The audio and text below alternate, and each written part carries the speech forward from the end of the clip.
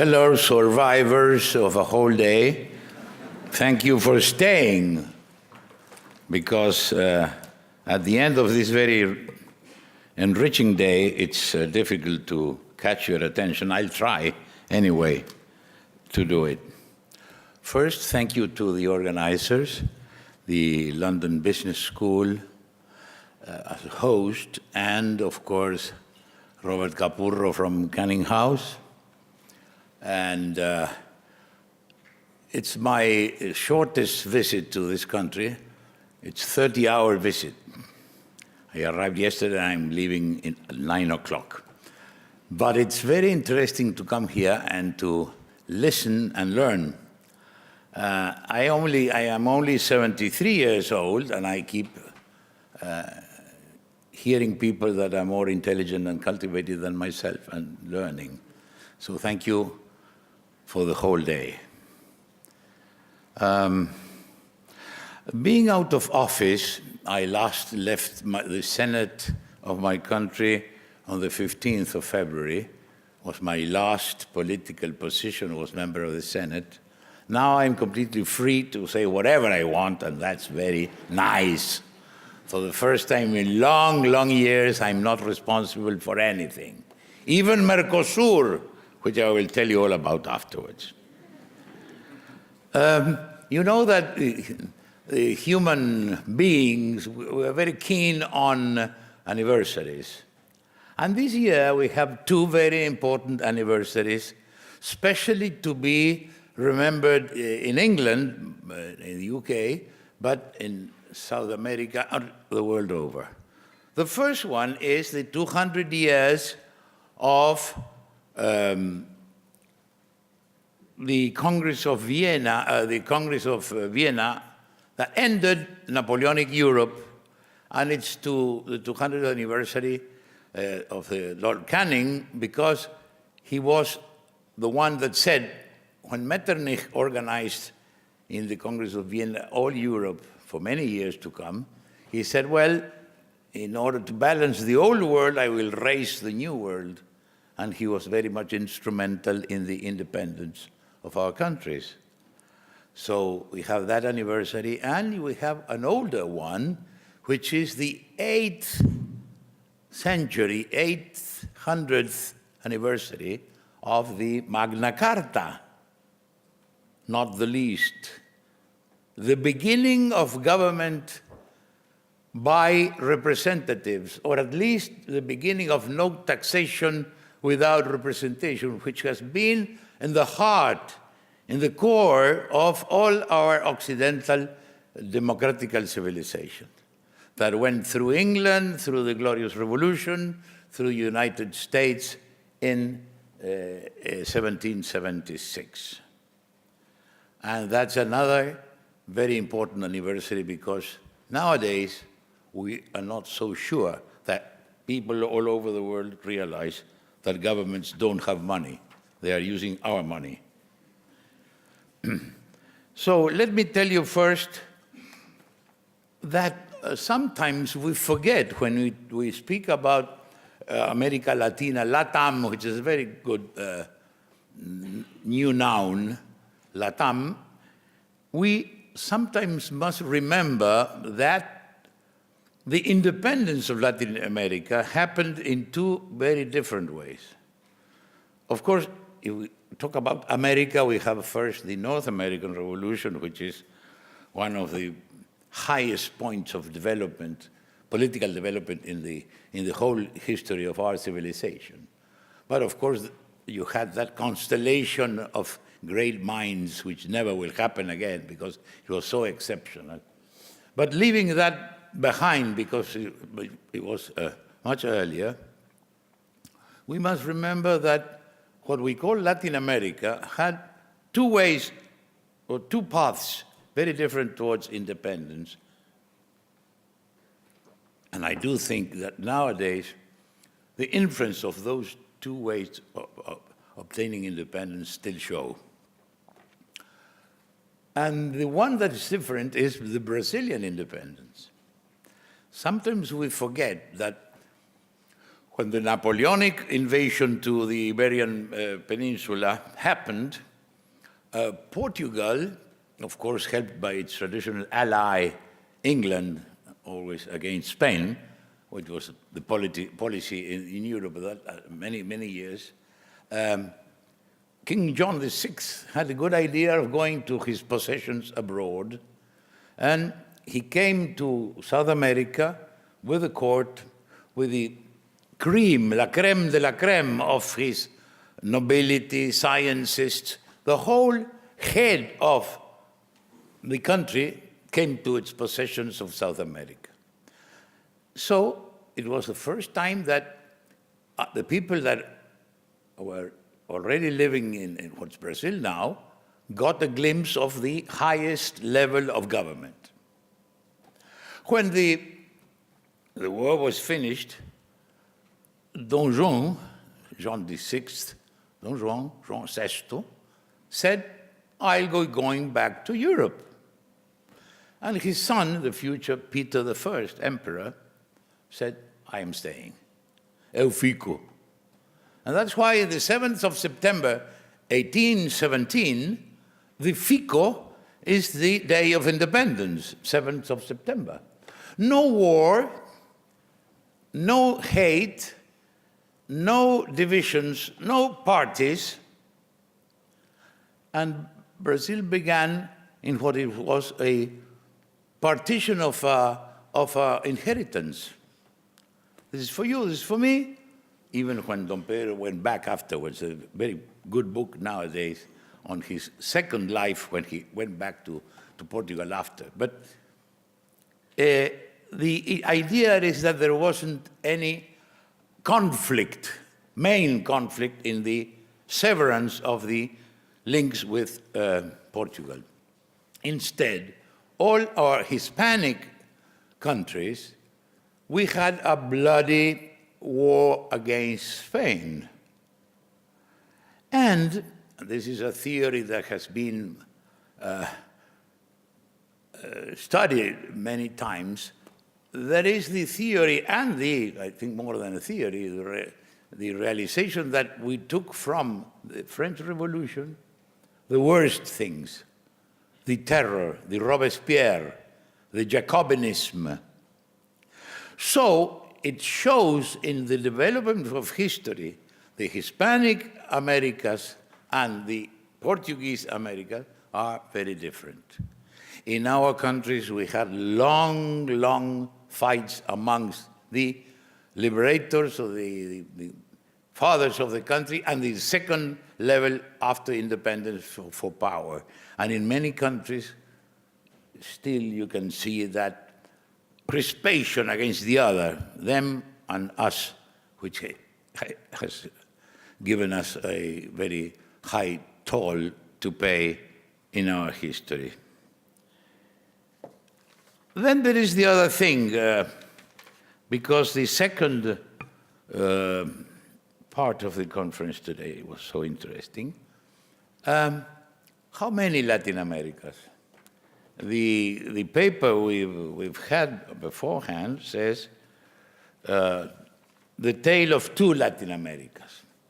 Well, let me tell you that I have been saying this same thing for many years, that there is no one, nor two, nor three, nor four. There are any amount of Latin Americas. It's been a very helpful way of encompassing a very diverse part of the world, saying Latin America. And you feel this especially in the United States. And I would say, how many Latin Americas do we have? Do we have a real common denominator that is like a thread going through all the countries, except language, which is very different? Even inside the Español or Castellano, we have many different words. Apart from that, apart from the origin from Spain, there are many, many traits that make it difficult to encompass all the countries in Latin America, the Latin American concept. For instance, indigenous population. The Spaniards found many different levels of sophistication or even presence of the indigenous population. It's very difficult to think about Mexico or the Peruvian region without thinking of the civilization of the Incas or the Aztecs, which were high-level civilizations. In my country, nobody was there because it was just prairies and very sparsely populated by gatherers, hunters that lived in enormous space in a few number. We don't have an indigenous population. The difference between the immigration we had afterwards, well, mainly it was Italian and Spanish, but that was in the River Plate, but not as much in Chile, not as much in Peru. In Brazil, other kinds of immigration, Japanese. If you look at the map, you have Mexico and the Caribbean as a more or less geographical unity. You have the Pacific, you have Brazil, that's a whole continent by itself, and you have the River Plate. And let me tell you, there are big differences between these four regions I am telling you about. Nowadays, in the sense of government, is democracy the same word in Chile than Paraguay or in Uruguay than in Nicaragua? It's not. In the sense of nowadays demography, some countries have been benefited and blessed by having a huge number of young population, like Paraguay, for instance. Instead, in my country, we don't have a pyramid, we have un trapecio, we say in Spanish, I don't know the word in English, but we have much more old people and pensioners than active population. So that makes countries very difficult in its scope, in its future, and it's what it can do with their economy. We have, of course, countries in which corruption is endemic, and I won't name any countries, but I know that my country is not one of them. And there are other countries in which, it's part of doing business or doing whatever you want to do, you must take into account it's a country that has another cost. That's not the same all over, thank God. We have very different approaches towards integration. We have different positions in our political organization. For instance, we have OEA, the OAS, or Organization of American States, in which all the countries of America are there, the United States, Canada, and downwards all the countries except Cuba. But some kind of left-leaning countries have organized UNASUR, and they have organized ALBA, in which they are much more homogeneous, but they don't include all of Latin America. And Mercosur, which I will be talking now. So you see, you don't have one Latin America. And it's very important for people doing business to try and go a bit deeper and find what are the common denominators of the sub-regions. The Pacific has common denominators, and nowadays much more when Peru has incorporated itself to the view of an open economy and doing very well. Mercosur. In the booklets, in the folleto, I am called the responsible of the organization of Mercosur. I must tell you, I am not for responsible fatherhood in this subject. I'm not a responsible father. I am not anymore the father because I cannot recognize my child now at this moment, because since 1991, when we signed the Tratado de Asunción, and nowadays there have been so many changes that I cannot recognize this child as my own. Let me tell you about la petite histoire, the small history of the beginning of Mercosur. I was inaugurated the 1st of March of 1990, and in July, it means Marzo, Abril, Mayo, Junio, Julio, the fifth month, we received notice that Argentina and Brazil were going to sign a common market agreement without giving any information or notice to Uruguay. But now just remember the map. Uruguay is a small wedge, very small wedge of land in between the biggest countries in South America. We were astounded and we were very much shocked. What would we do? So after considering not the many options, we decided to join. And we went to knock the door in Brasilia, saying we want to belong to this organization, which is a very difficult thing when you arrive to a discussion or a negotiation, when the negotiation is advanced already and you have written clauses, it's very difficult to change. Notwithstanding this, we invited first Chile, and Chile said, no, I have an external tariff of 6%, I'm doing very well. So I won't join, we don't have the interest of. And we called Paraguay in order to have two small countries, Uruguay, Paraguay, to balance, at least in the paper, which we were equal in paper, from Brazil and Argentina. And that was born as an economic and commercial enterprise.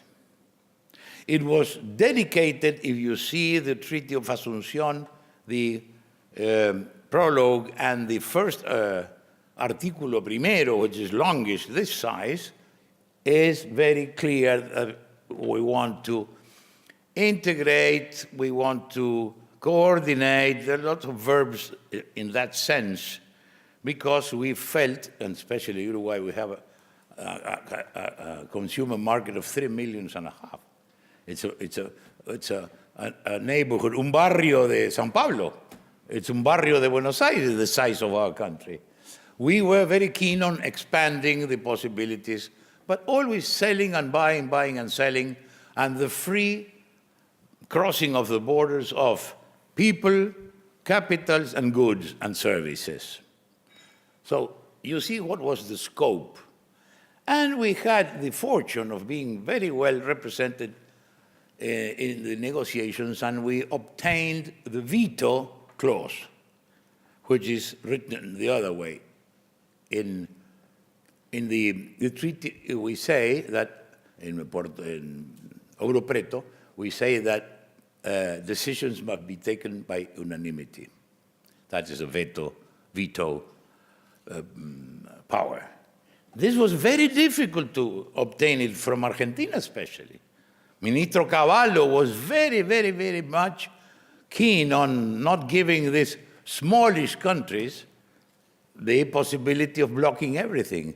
And I remember, this is confidential, we were once in Buenos Aires, and we were about to have dinner with President Menem in Olivos' residence, and then our negotiators, Dr. Ignacio Posadas and Dr. Sergio Abreu, who was the foreign minister and the finance minister, came and told me, Luis Alberto, come over. Said, we are going out of the Mercosur. What's happening? They don't want to give us the equality of vote. And I said, well, it's not a very good moment to say to President Menem, so let's have dinner and we leave for Montevideo. Well, at 6 in the morning, we obtained the veto. So you see, it wasn't very easy, even in the terms of having only an economic and commercial organization. Of course, the difficulties of the wars of commerce, of trade, are very, very, very hard. They're very cruel. You don't see corpses, but you have corpses as enterprises that go bankrupt and they cannot compete, and the interests of the country, especially a small country in which, for instance, there was somebody making nails, clavos. Of course, in came the metallurgicals of Brazil, and they swept them away. But it was the cost, and we had a 3 years' time of slowly entering sector by sector into the complete organization of Mercosur.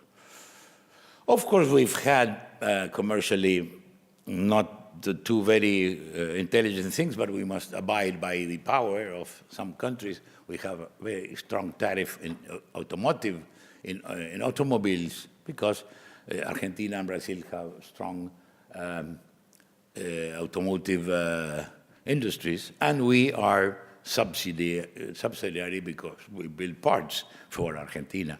So some of the decisions were wise, or at least very realistic. Went history, then we began to have difficulties with the acceptance of the decisions and of the Consejo de Mercosur, so we had the arbitration organization. Now we have a full court, a full tribunal, which is sitting in Asunción. But one thing that happens is that big countries don't abide by the decisions of the judges. That's the hard fact of international policy. There's no way to implement what the judges say. And my country has had against Argentina 3 major decisions on 3 major items of export and import. They were just ignored.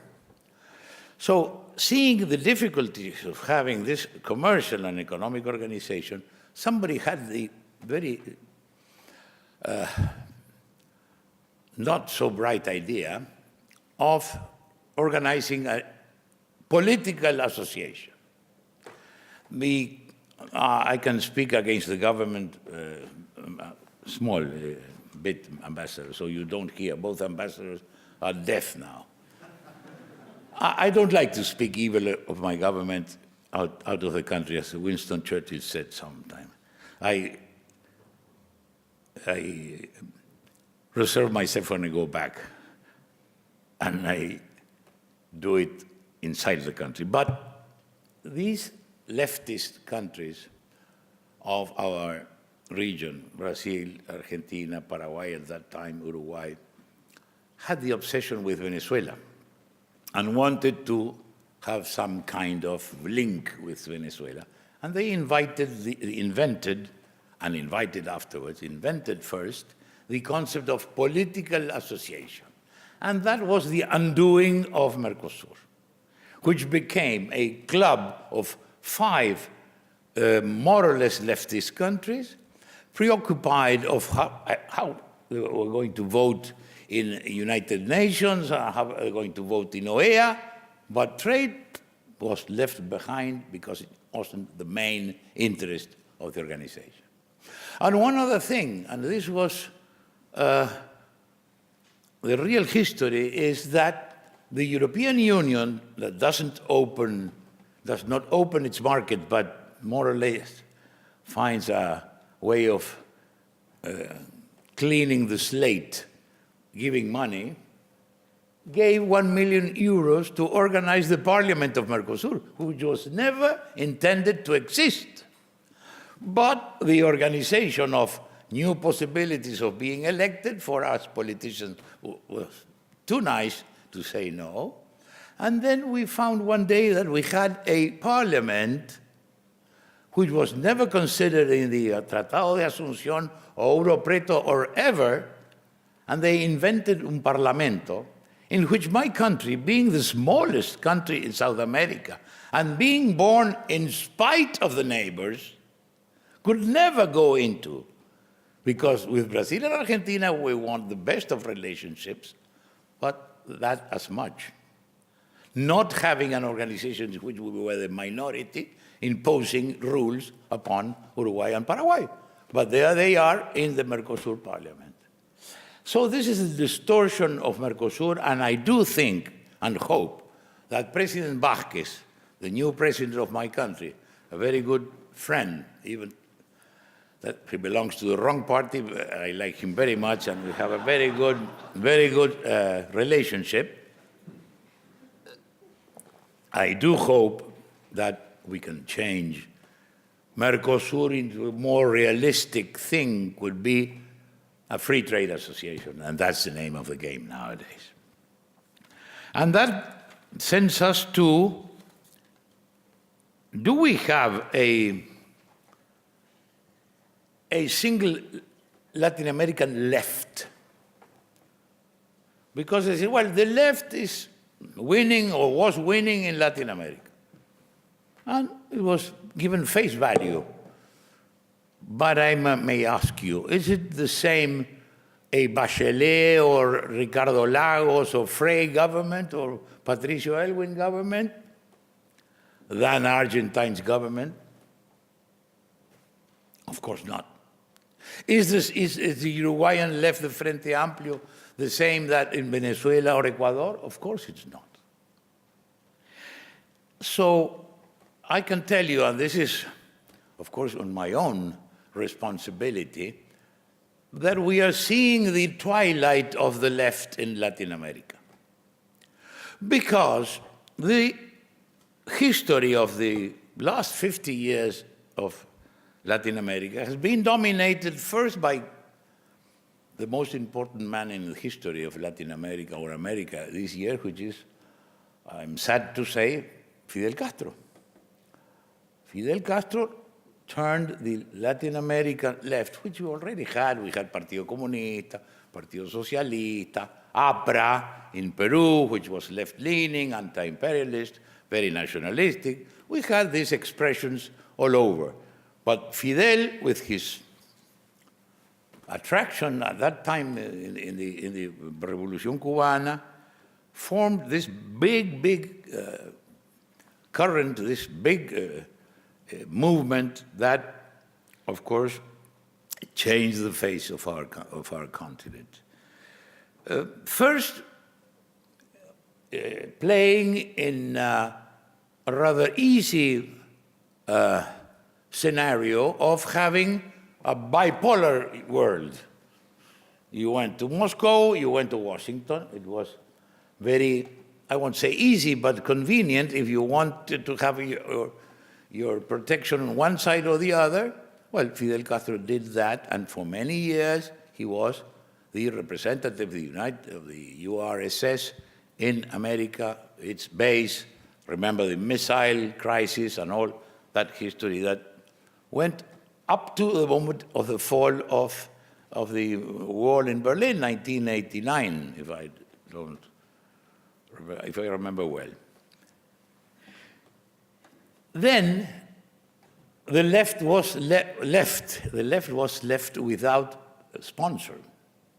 And in came Chavez and gave to the left another boost, a very big boost in the sense of funding, money, loans, gifts, selling oil at long terms, and all the paraphernalia of the Chavez moment. Chavez had an insurance against the states, being one of the big reserves of oil near the United States, being very much connected in business. All the Citgo pumps all over the United States belong to the Venezuelan company. So he had money and had with the states, so more or less, and he had what Fidel Castro could never claim, a legitimate origin. He was voted upon.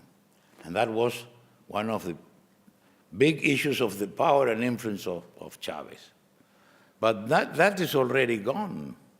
And we know that Venezuela is not ending well. I am not wishing, I'm just stating what we all know, that Venezuela won't end well. And with that, I think that Argentina will change in the elections of this year. I don't take positions inside Argentina, but we much prefer to have another government and not the government we have now. And I think that will be the twilight of the force of the left in South America, in Latin America, because Chile is not your traditional left. And Bolivia perhaps will remain, because in Bolivia you have long time ago ingredients of difference of social differences with the indigenous population. Perhaps it will last longer, but I don't think that we are going to see any more big influence of the left in Latin America. Of course, we had this new version of the left, which is called populism. Perhaps some of you have read about. It's a remake of fascism, of a very easy to proclaim organization of the people. It has 3 or 4 traits that you can identify very easily. One of them is direct democracy, which I call balcony government. Now the balcony is a TV set, but the formula is the same. Are you with me or against me? With you, perfect. Now we have the legitimation. And that is done through the television and was done beforehand in the balconies. There are other traits which are very typical. The first is saying, well, we've been elected for 5 years, 6 years, but it's such a short time. You cannot achieve what we want in one term. We need re-election, and then and then and whatever. You have Mr. Correa in Ecuador for as many years as he wants. The other is saying, we are funding the new country, the foundational complex. We are beginning a new era. This is year 1, because we've changed so much, and that is completely absurd, because in every kind of government, you know the continuation of other governments before you, and especially in democratic countries, we must know that you are the link of a chain. So you are linked to the past, you end things that the other began, you begin things that other will finish, and pass power and just be part of a linkage of successive governments. The other is, well, we must reform the Constitution. And that is the typical decision. The refunding of the country, so new basis, a new constitution. The new constitution will make re-election possible. And there you have, there is another trait, the media law. They say, no, this is getting out of hand. These people in the papers are no, freedom is one thing, but relajo is another thing altogether. So we must have some kind of control over the press. Is it true or not true? That's the whole package. Of course, it needs money, because at the same time you're giving money away. And that's a recipe that has been in Venezuela and many countries. And talking about poverty, which is one of the things that comes to the mind when we're thinking about Latin America, I think that we must say 2 or 3 things. Poverty is not a welcome state.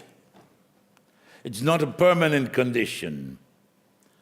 But sometimes, some kind of regimes, when you look at their deeds and their words and their policies, you feel these people want to have the power, the poor people, and have poverty as a state. In our liberal thinking, poverty must be eradicated. It's a condemnation, it's a sin. So our politics try to get people out of poverty. But in our subcontinent, sometimes you feel it's not that way. One of the major policies you've heard about is Mr. President Lula's Bolsa de Familia in Brazil, which was very, very effective. It cost a lot of money, but President Lula was very intelligent in the organization of the Bolsa de Familia, in which you have to do your homework. You got the money, but you had to go and show that your children were going to school, that the children were going to the doctor, in a very wise way of preparing people to get out of the circle of poverty, and of course, giving them and their mothers a better health. That is a policy that you can subscribe, generally speaking, no? In my country, we had that same policy through a Ministerio de Desarrollo Social, MIDES, but last year we had the novelty that nothing was asked, a counterpart of the money people were getting. And that's a very, very, very dangerous thing and a sin, because you're saying, we are giving you money, you just don't learn, don't send your young to school, don't send them to the doctor, you have no obligation. That's the permanence of poverty, subsidizing poverty, and that is done for political, very low political reasons.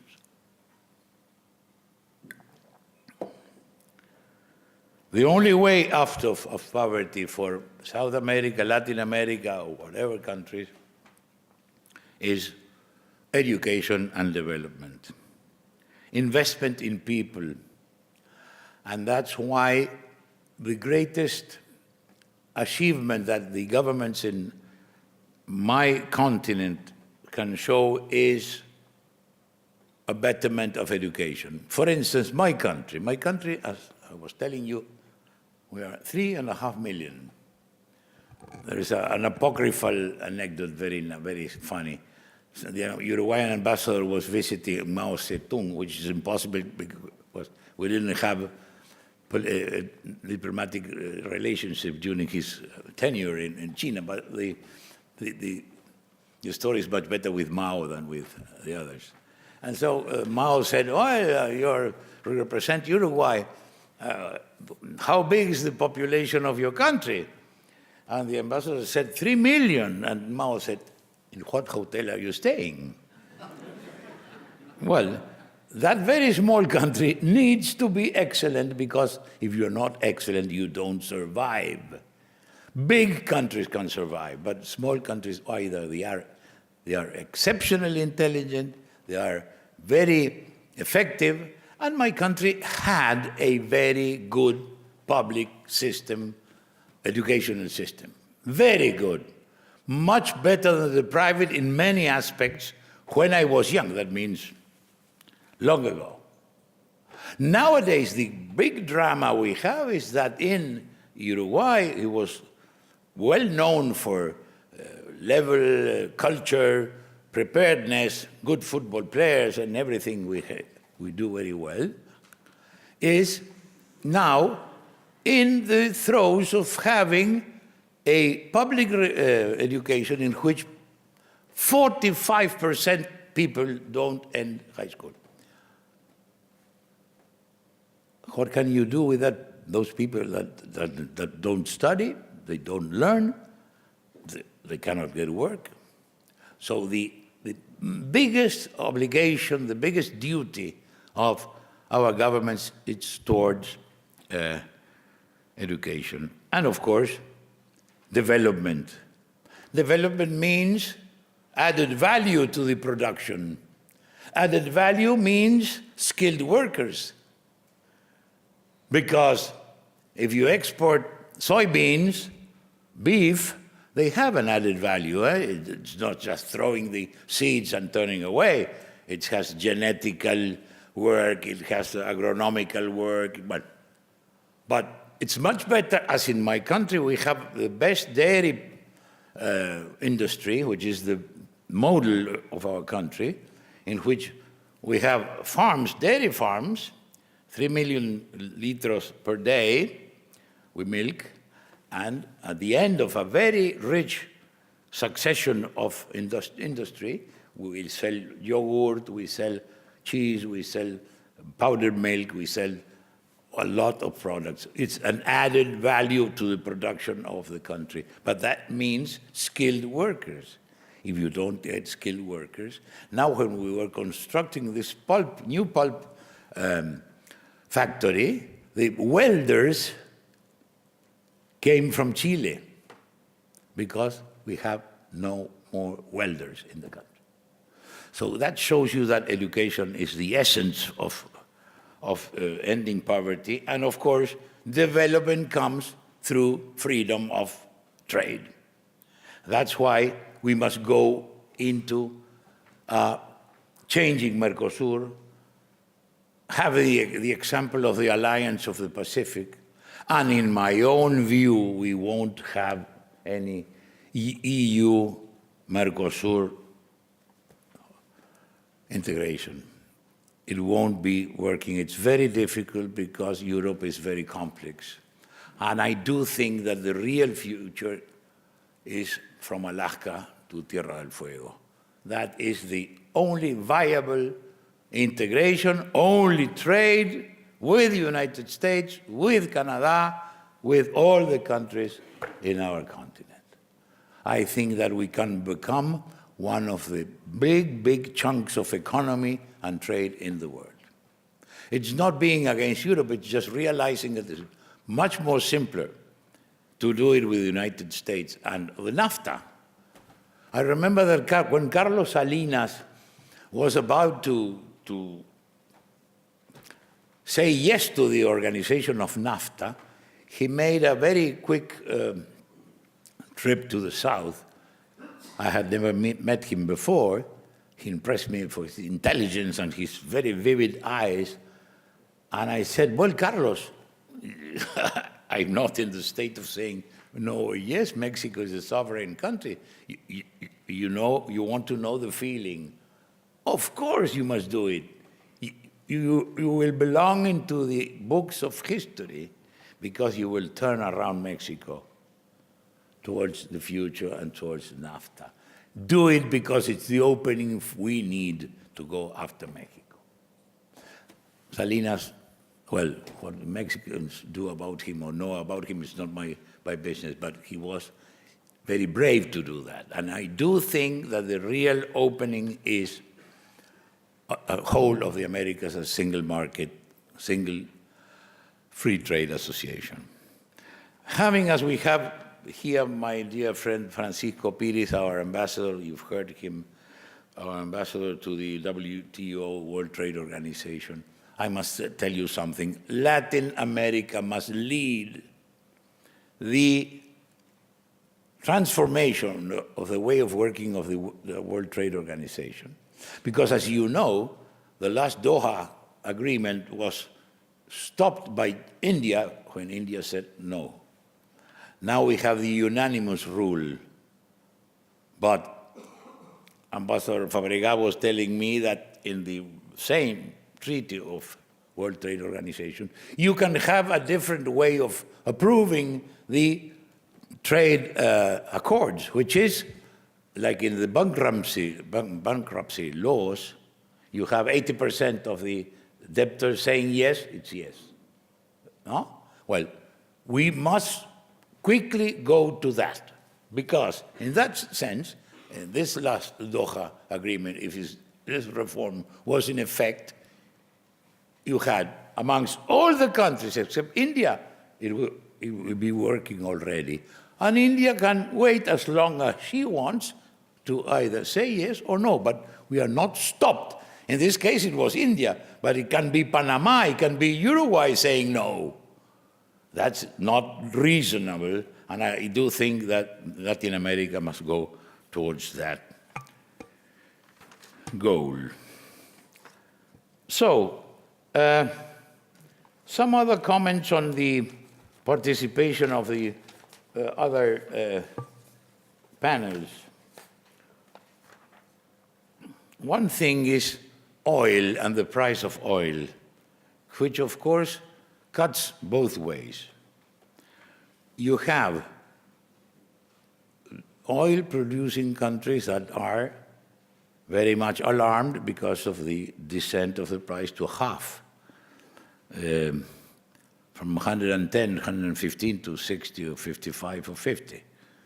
But on the other side, the other countries are very much relieved, could be very much relieved, if the descent of the price of oil was reflected in the prices of fuel inside the country. For Uruguay, it can be all the difference in the process of competitiveness, because oil is the blood of the country, and we are net importers. We don't have oil, we only have a refinery, and if we could, for fiscal reasons, the government said they cannot, but if we could reflect half of the price in the pump, to say it very easily, it's not that completely the same, but having 40% less could boost our competitiveness and eliminate many of the problems, social problems we have.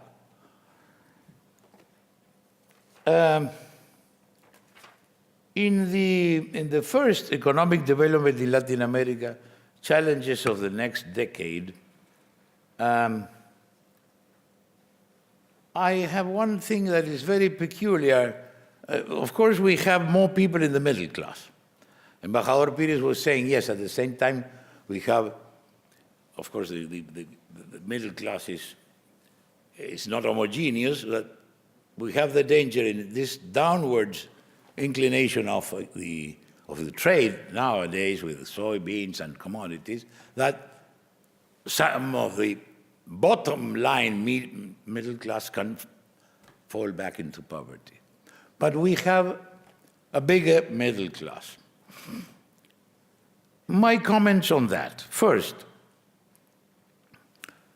it's very common, especially in my country, which didn't have income tax. The income tax was established in 2010, no? Más o menos 28, 2010. One thing that sometimes in our countries we need to remember people is that the government, the state, doesn't have money. That the money they are spending is yours. This is a bit absurd for people in the Anglo-Saxon world, because the taxpayer, well, Magna Carta, that's the beginning of it all. You won't have our money if we don't say yes. That's what the barons told landless John in Runnymede Island. But in our countries, there is this very absurd conscience of knowledge or belief that the government has money. And if the government doesn't give more money, it's because it's contra el pueblo, bad. And that is one thing the middle class must learn, especially when you have to pay taxes on income. There you realize how much it's costing. Because when you buy things that have the VAT, you don't ask, let me, por favor, how much is the tax, how much is the price, what's the final price. With my young members of the House, we proposed in the other government a bill that made mandatory in the labeling of the prices to have the three figures: price, VAT, final price. Just to give people the sense of how much they were putting into the coffers of the government every time they bought something. But with the income, you know, because it hurts, no? It does hurt. That is the beginning of a change in culture. Because governments were supposed to be the spendthrifts, and parliaments were supposed to be, from landless John and so on, the ones that say, no, come on, don't spend that much money. It's the money of the people we are representing. But after the New Deal in the United States, the spendthrifts are the members of parliament and the executives are trying to keep, oh my God, all the water. El blanco no destiñe.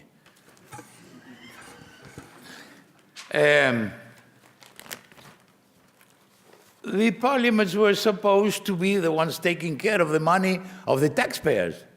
Now they are the spendthrifts, and governments are saying, no, please, we don't have enough money. And that is a big change in culture. And we are very much concerned because people in our subcontinent are not as much interested in voting as they were before. We had a low turnout in Colombia. We had a low turnout even in Costa Rica. We have a low turnout in Chile. In Uruguay, it's mandatory to go to the polling place, so once you're there, you vote. But that is very, very important and very dangerous for the future, is because if people are renouncing the possibility of changing governments every 5, every 4, every 6 years, the poor people, the workers that can feel good or bad governments, and when the turn comes to put the paper into the ballot box, and they don't use that, that is very dangerous. Because indifference is a call for fascism to come and say, black and white, we are the good, they are the bad, go on. And that's a very dangerous option. And on the other side of the social ladder, when the people that have economic interests and higher culture, academia, are not participating in politics, they are defaulting the duties of being whom they are. Because they are not only rights, they are duties. And one duty is public service. Of course, becoming an MP, of course, being a member of the local council. But voting is the first step. And some people are not using vote. And when they realize the real danger of that, it will be too late. So, out of this watery paper, this was one of the things I wanted to tell you about. The other is we've heard about financial services. I don't know why there is especially for leftist governments, there is a fear or hatred for services, and especially if they are financial, they are near whatever you want to put in the dots.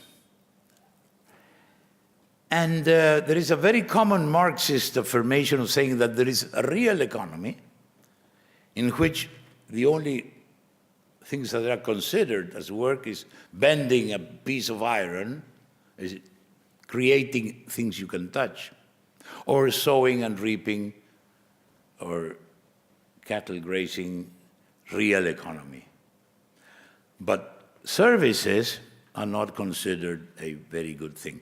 My country was used to be the financial service country of Argentina and Brazil. And we are doing very good business with that. It's a very law-abiding country, small, honest, near, but we have this thing against the financial services and tourism because it's not real economy. And I must tell you something.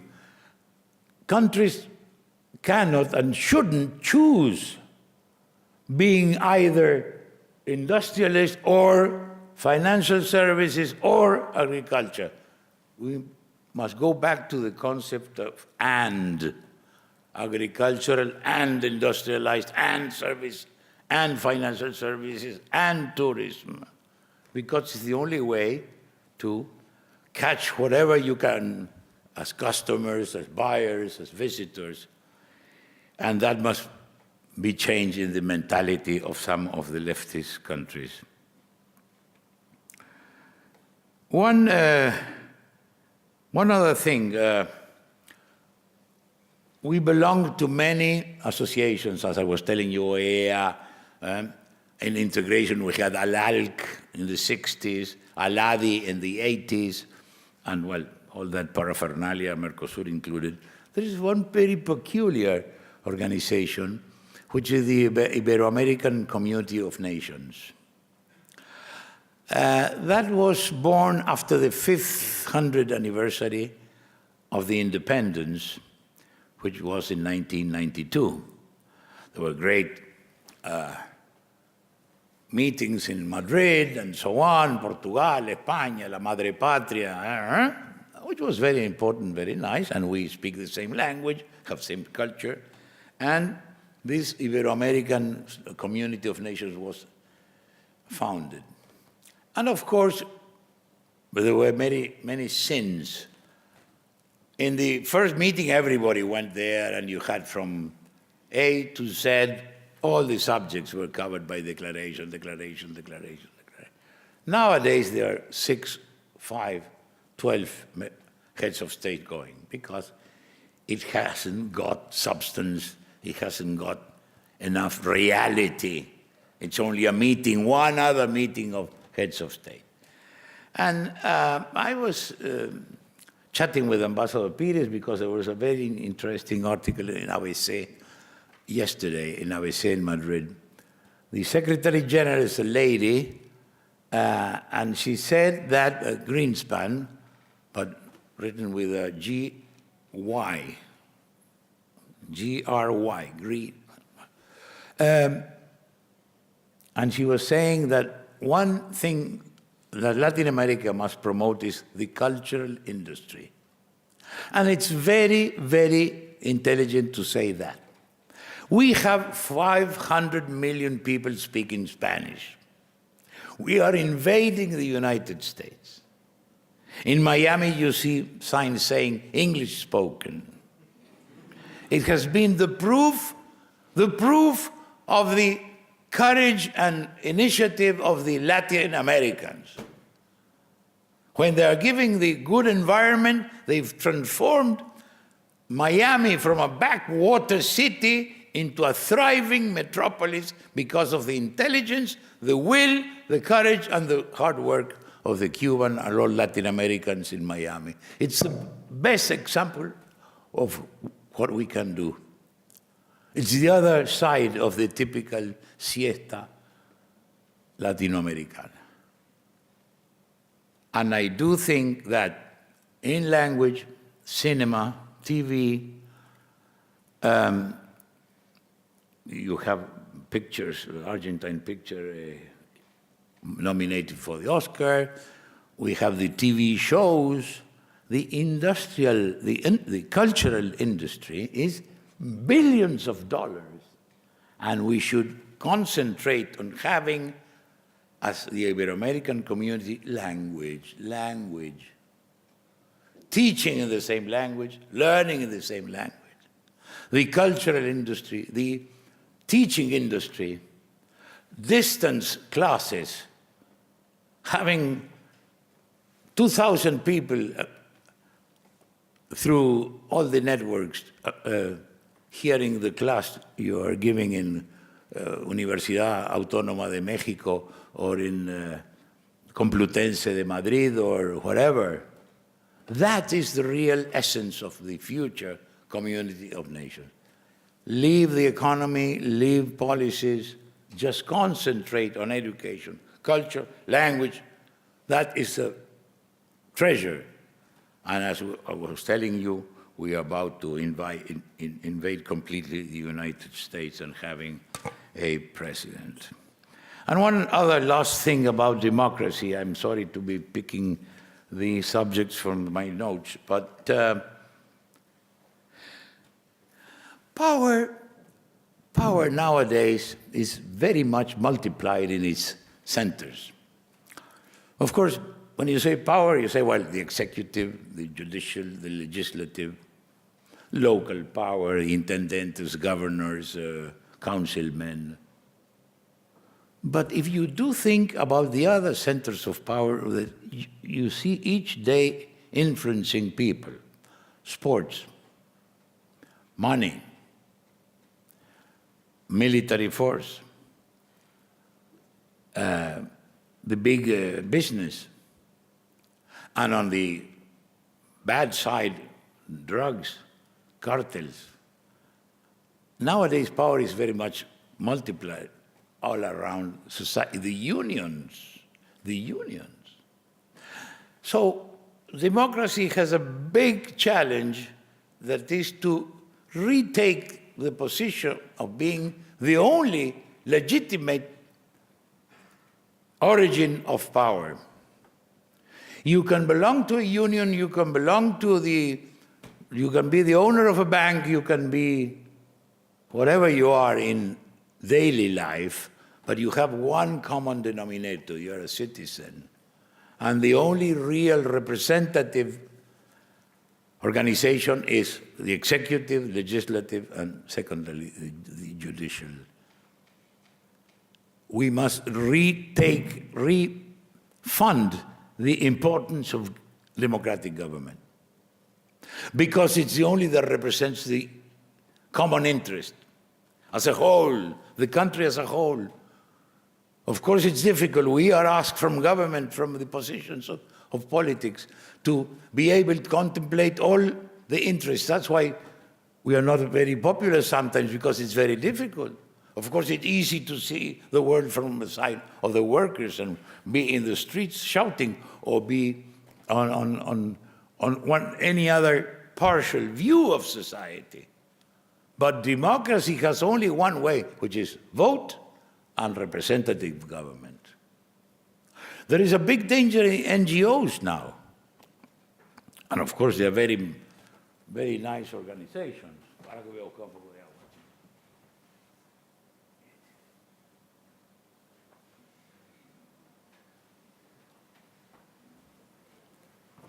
The NGOs play a tremendous important role nowadays. As you know, Amnistía and Greenpeace, and we know the big ones, but anybody with 5 other people get enough money in any country can begin a campaign against or for something, and they are called by the commissions in parliament, and they become one other center of power. Chavez, ahora es? Finishing. No? You are courageous, Che.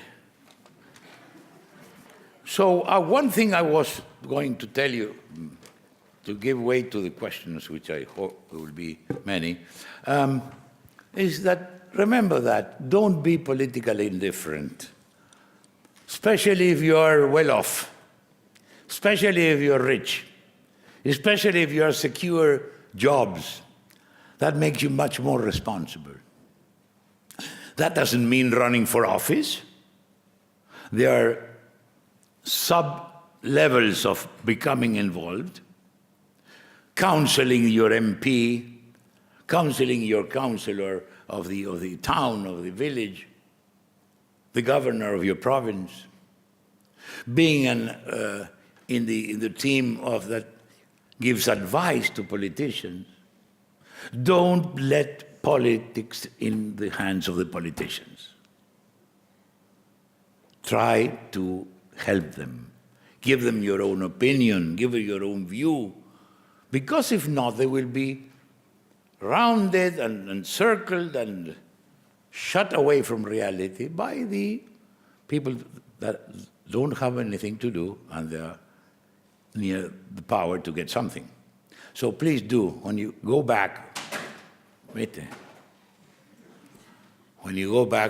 please don't be indifferent. Become good citizens. That's the way to change.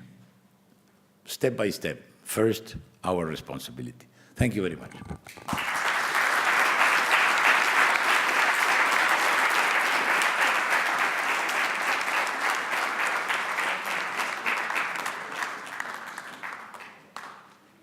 Bueno, preguntas. Preguntas.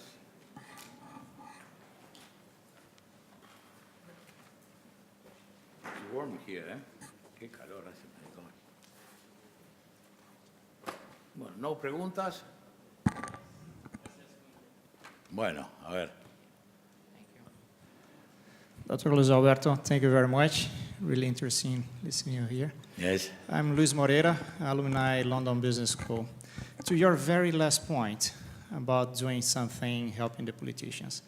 20 years ago, we saw 3 heads of state, Lula, Fidel Castro, and Hugo Chavez, putting a plan to bring the communism back to Latin America, which now became the populism that you just mentioned. And from my eyes, living 5 years outside of Brazil, they've been quite successful. They made some presidents in the region. They are controlling media here and there. What we can do as private sector or influencers of our politicians to put a strategy together to avoid that dominates the entire region. I do think that the private sector, when you say private sector, is an euphemism for enterprises, ¿no es cierto? Of course, they have the many obligations. First, the legal obligations to pay their taxes, to abide by labor laws. Sí, la agüita. Agüita. Ah, está ahí, perdón. No, sorry. Sorry, perdóname. No me he dado cuenta. No, thank you. First, abide by the laws, taxes, labor obligations. The second is not to get involved into politics. And that takes me to another idea. It's very revolutionary, but I think it's good. I want, and I presented a bill when I was senator up to last 15th of February, which wasn't even considered, of prohibiendo, my English is getting rusty by the hour, any kind of propaganda in TV or radio, like in Great Britain and like in Brazil in a sense. Because it's immoral, the amount of money that is spent in the political campaign. I can tell you well, because I have a relative that ran for president in my country, and it cost $6 million in a country of 3 million inhabitants and 2.5 million voters. For one of the candidates, there were 3, imagine it's in excess of $20 million. That is impossible, and that means that that money was taken from the economy. So I am very much for prohibiting the TV and radio, which are big expenditures, and having a way of controlling the donations to the parties and giving them a ceiling. So when the private enterprises want to be involved, they can be involved in social responsibility activities. They can be involved as advisors to the government, and they must be generous enough to lend their people to government. Of course, it's very difficult to, if you are the manager of a well-known company and you're having a good salary and you have 5 days a week, to become finance minister, to become agriculture minister, to become any kind of member of the cabinet or the Senate or the House. But it's one thing we should facilitate from the private sector. In my country, thank God, there is a tradition of pride in public service. So I would say that the great majority of people lend themselves their time, their intelligence towards public service. But I do think that private enterprise must be a player in the game of power in the sense I'm saying. Legal, transparent, and generous.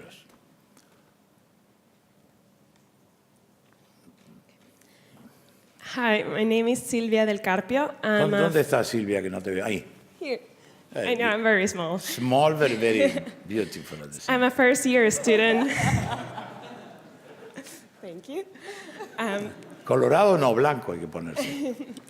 Okay, so my question is, you talked about the role of education on reshaping the future of Latin America, and I find in Latin America there is a big inequality on access to education, and what's even more, there's an inequality on the quality of education that people get access to. What are your thoughts on this subject, and what are your opinions on how to improve the situation? Well, as I was telling you before, but we must going deeper into that. Nowadays, work is equivalent of knowledge. What do we ask from a educational system, especially the public system, but any other, even private, to accomplish two tasks? One is the fabrication of a human being. We produce human beings in the educational system. We produce them in the sense of having a child entering the system and going out as a person, which means values. What are values? Values are the anchor of life, the anchor of the soul. Each being a good citizen, a good brother, a good son, good daughter, good spouse, good husband, good wife, having values, patriotism, honesty, being good at being fair play in sports, that is a person. So we fabricate, we elaborate from the beginning of a child towards the end of the public system or the educational system, we build a person. A person in the values of the West, the Judeo-Christian civilization which we belong to. On the other side, you are giving that young person skills, destrezas, skills, because he or she must live in a world in which you need skills. From the very low activities of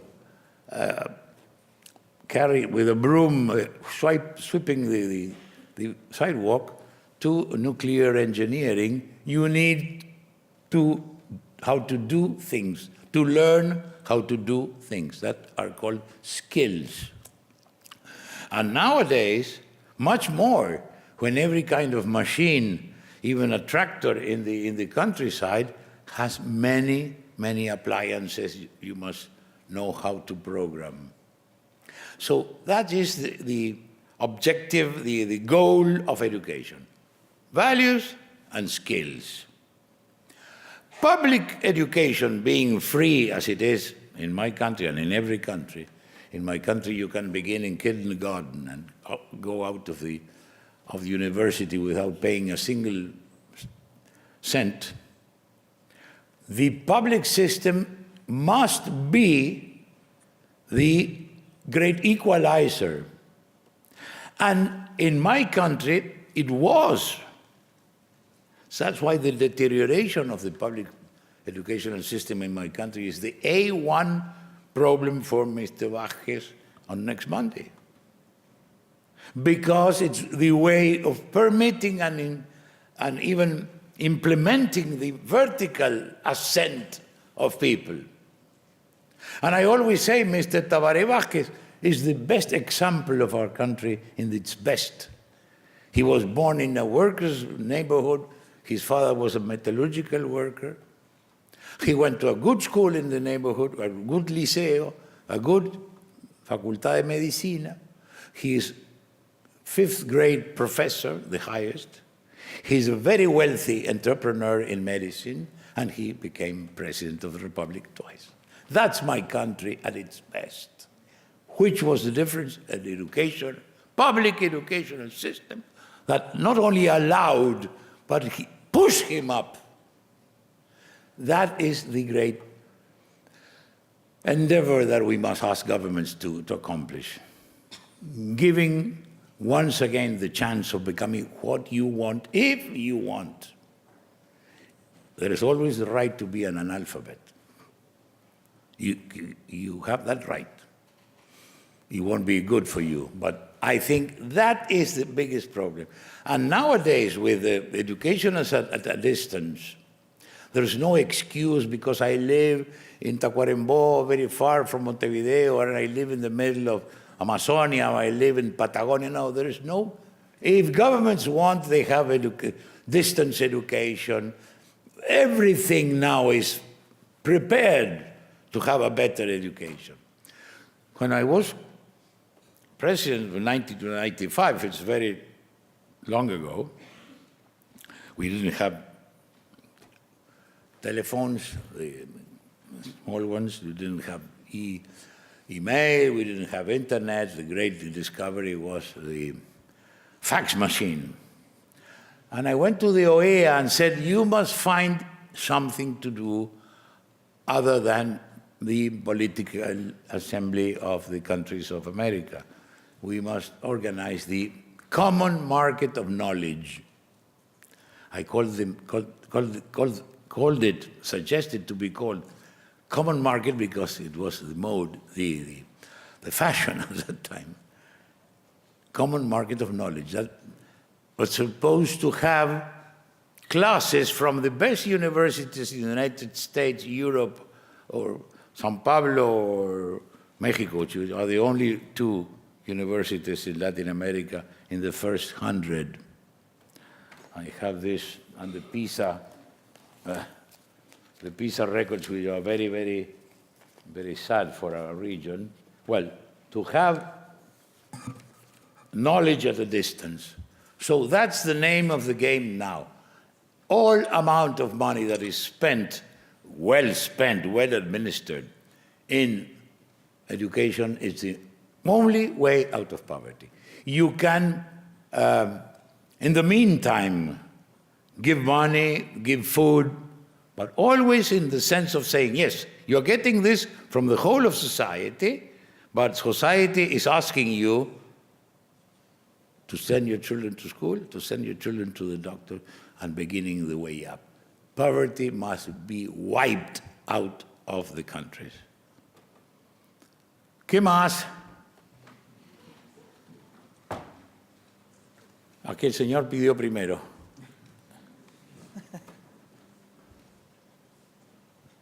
Con corbata colorada, mira qué bien le queda. I'm Thiago, I'm from Brazil. I'm from LBS here. In the past year, during the presidential elections in Brazil, there was some discussions about ending the re-election policy in Brazil.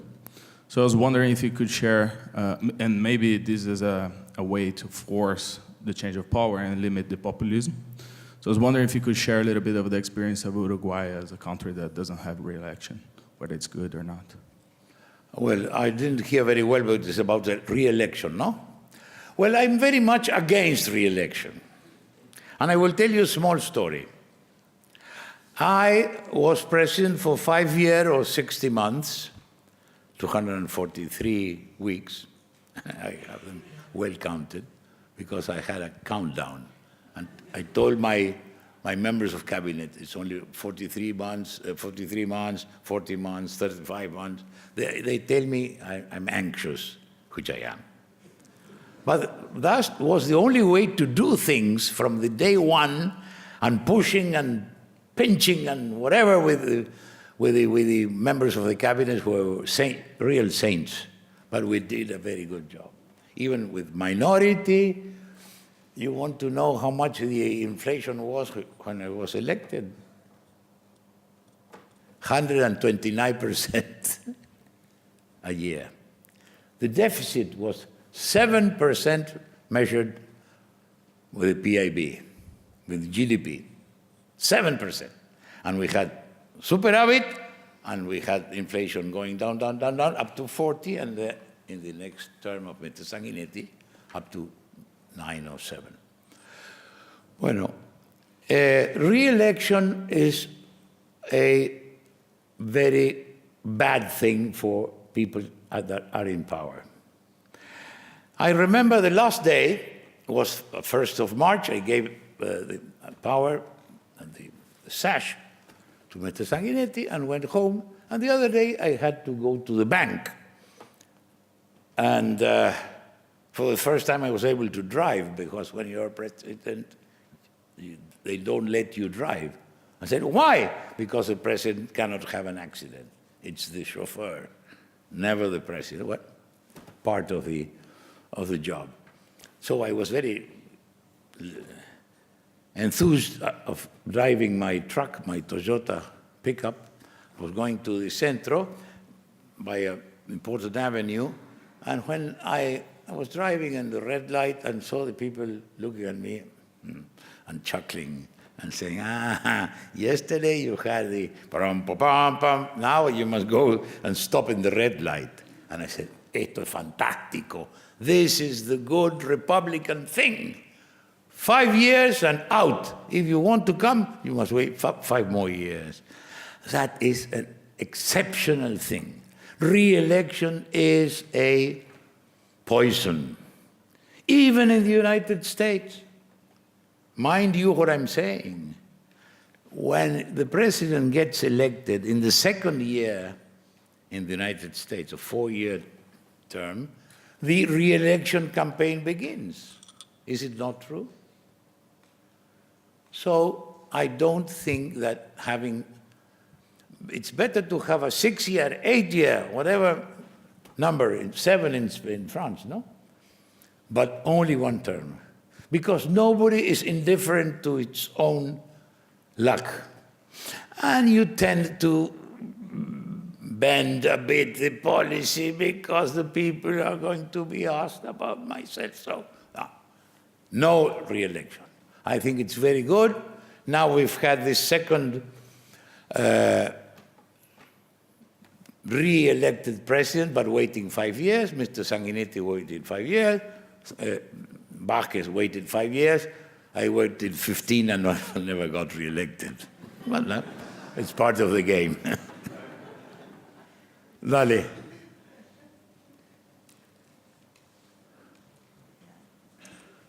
Gracias. My name is Gerardo Mendoza from Mexico. In your experience, having met many leaders from the political world, from the business world, how can you describe a leadership style from Latin American? I don't entendí qué dijo. En español. Yo soy un poco sordo. En español. Habiendo conocido tantos líderes de la política y de negocios, Sí. ¿Cómo consideraría usted un buen liderazgo en Latinoamérica? I think that from my knowledge, I belong to the Club de Madrid, which is an organization of former presidents the world over. We are 67, always taking in account what Mr. Felipe González once said about former presidents. He said, former presidents are like Chinese vases. Everybody likes them, but nobody knows where to put them. So former presidents, we gather in this kind of organizations. We are having our meeting in Dubai next month. I think that in Latin America, the best qualified former president, in my point of view, very personal, is Ricardo Lagos of Chile. I think if we had to select the most comprehensive personality, would be Ricardo Lagos or Fernando Enrique Cardoso or Cedillo. But I think Ricardo Lagos is my choice.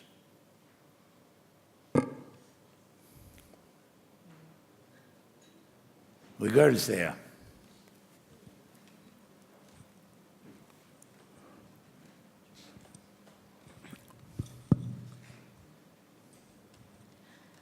Hi, my name is Yolanda. I'm from Brazil. You mentioned what your thoughts were on a few Latin American countries such as Venezuela and Argentina and what was going to happen with their left parties. I would love to hear your views also on what you think is going to happen to Brazil. And if you could also mention something related to how to end corruption as well. Well, I don't understand well, because I'm a bit hard of my ear. I'm sorry. I don't want to put the thing in my ear, but I don't hear very well. Something about corruption, you said. And your views on what is going to happen to Brazil and our left party? I don't want to name countries because it's very awkward, but you know that in certain countries there is almost an endemic corruption.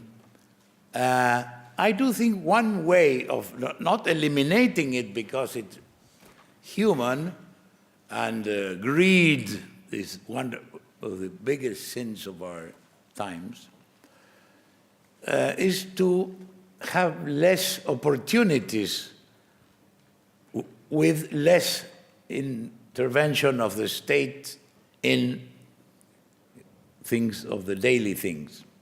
If you don't have public enterprises, you don't have the temptation or touching, as we say, to tocar, because the utility company is buying trucks or the telephone company is buying whatever. So the less state, the less opportunities of having unlawful connections with the state. Sometimes, like it's happening in Brazil, this Petrobras thing, which I speak about because it's out of the cupboard and everybody knows it, can be even destabilizing for a whole government. Because this is no mean, small act of corruption or doing the wrong thing. Is a organization that goes very deep into the parties. And I think it will have big consequences in the future. And I'm very sorry because I always have for Brazil a big admiration. I was telling you about the birth of Brazil, but not only after the independence, Dom Pedro and the church and the army and the oligarchy and the nobility of native nobility had the tremendous task of trying to make one single country of that big, enormous half-continent.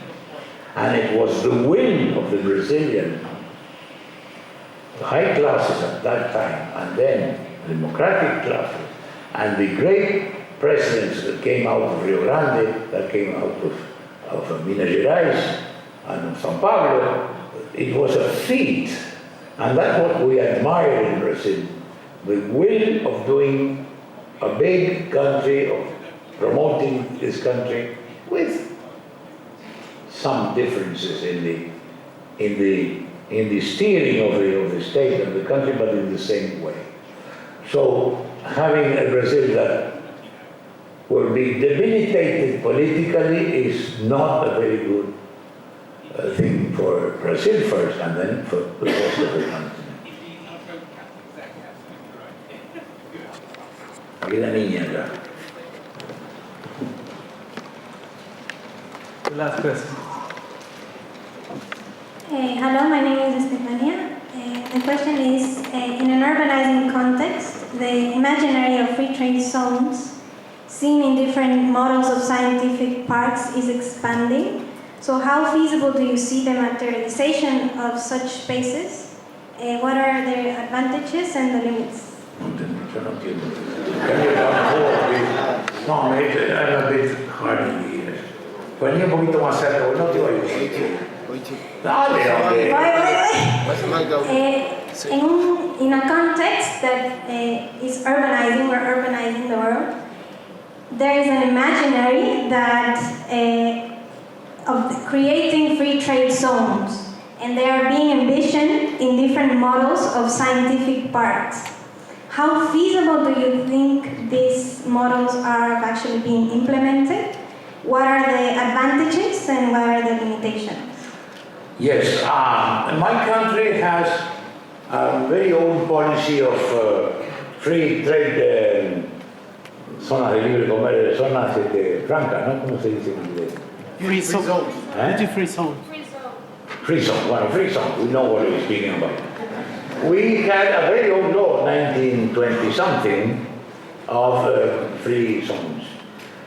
We had a certain difficulty in the negotiation with Brazil, as more or less always, but Brazil has the Manaus free zone that has a bigger economy than many countries in the world, but they were looking at a small free zone. I think we are compatible with integration if we have a free trade association.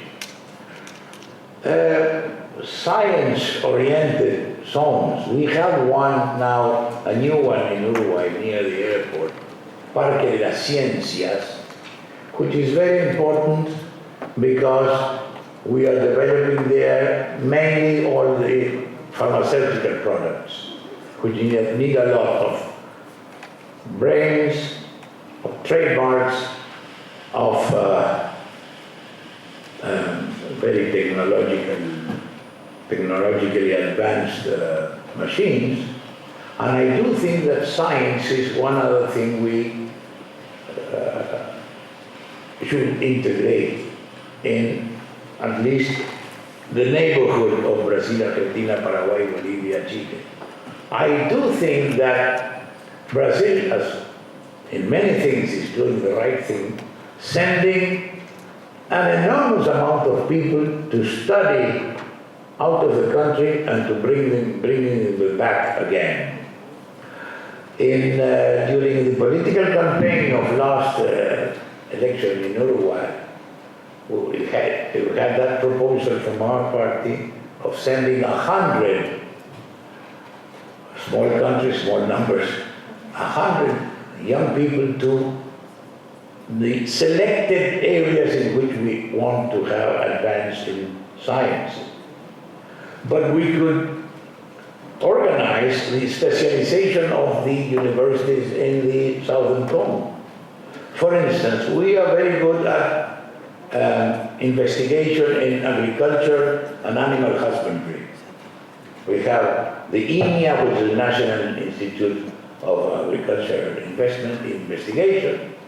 It's very good in Argentina, but it's very good in Rio Grande, but we could have nuclear capacity in Sao Paulo for all the people of the region. And to select, let's say, 50 from Uruguay, 500 from Argentina, 300 from Chile, make a selection of the best students and try to prepare them in the region. But if not, I'm very much for sending people abroad, but wanting them back with a contract in order to transmit the knowledge. Knowledge is the name of the game. Education, knowledge, science are the three aspects of the same future. Inside your brain. Listo. Muchas gracias.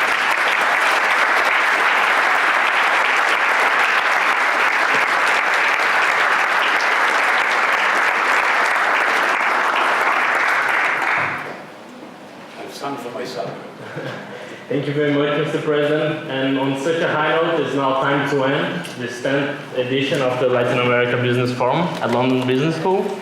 We would especially like to thank our sponsors, Falconi, Credicor, Comparabien, and Crowdbank. We would like to thank our strategic partner, Canning House. And obviously, we would like to thank the efforts of everyone involved in the organization of such an event. All the committee, all the volunteers, and all the members of the Brazil Club and the Latin American Business Club, the Latin American Club here at London Business School. Thank you very much. I hope you enjoyed your day here. It was certainly a pleasure for us to welcome you all.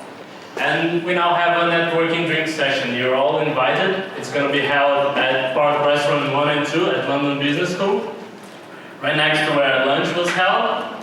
And that's it. Oh, final reminder, just grab your coats before you go, because then we're finishing here at our COG. Thank you very much.